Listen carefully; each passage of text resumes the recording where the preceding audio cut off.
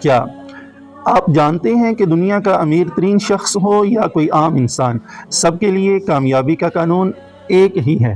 ہم ساری زندگی شکایات کمپلیننگ میں گزار دیتے ہیں، یہ نہیں ہے، وہ نہیں ہے۔ لسن، شکایت غربت کو کھینچتی ہے اور گریٹیچیوڈ یعنی شکر دولت کو مقناطیس کی طرح اپنی طرف بلاتا ہے۔ آج میں آپ کو سورہ ابراہیم سے وہ شارٹ کٹ دوں گا جو آپ کے بینک بیلنس اور ذہنی سکون دونوں کو ملٹی پلائی کر دے گا۔ اللہ پاک نے سورہ ابراہیم میں ایک ایسا چیلنج دیا ہے جو کبھی فیل نہیں ہو سکتا۔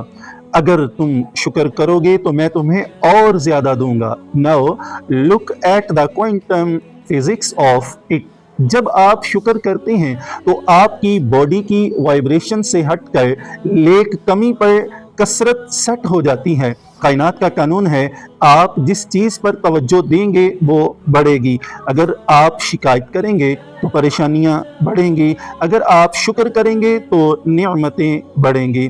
دس از دا لا آف ملٹیپلیکیشن۔ بطور اسپرچول ہیلر میں آپ کو 3 اسٹیپ ویلتھ ریوٹل دے رہا ہوں۔ روزانہ رات کو سونے سے پہلے وہ 3 چیزیں لکھیں جن پر آپ اللہ کا شکر گزار بنیں۔ یہ آپ کے دماغ کو دولت ڈھونڈنے پر لگا دے گا۔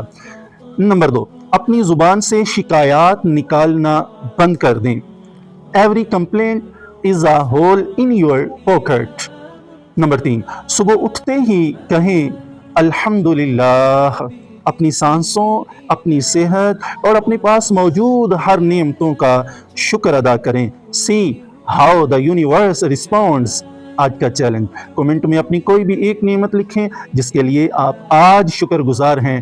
Let's create a wave of positivity۔ اس ویڈیو کو ان لوگوں کو بھیجیں جو ہمیشہ روتے رہتے ہیں، شاید ان کی تقدیر بدل جائے۔ میں ہوں آپ کا ہوسٹ اسلم سعید، اور کل ہم بات کریں گے سورہ کوثر، دشمنوں کی زبان بندی اور کامیابی پر۔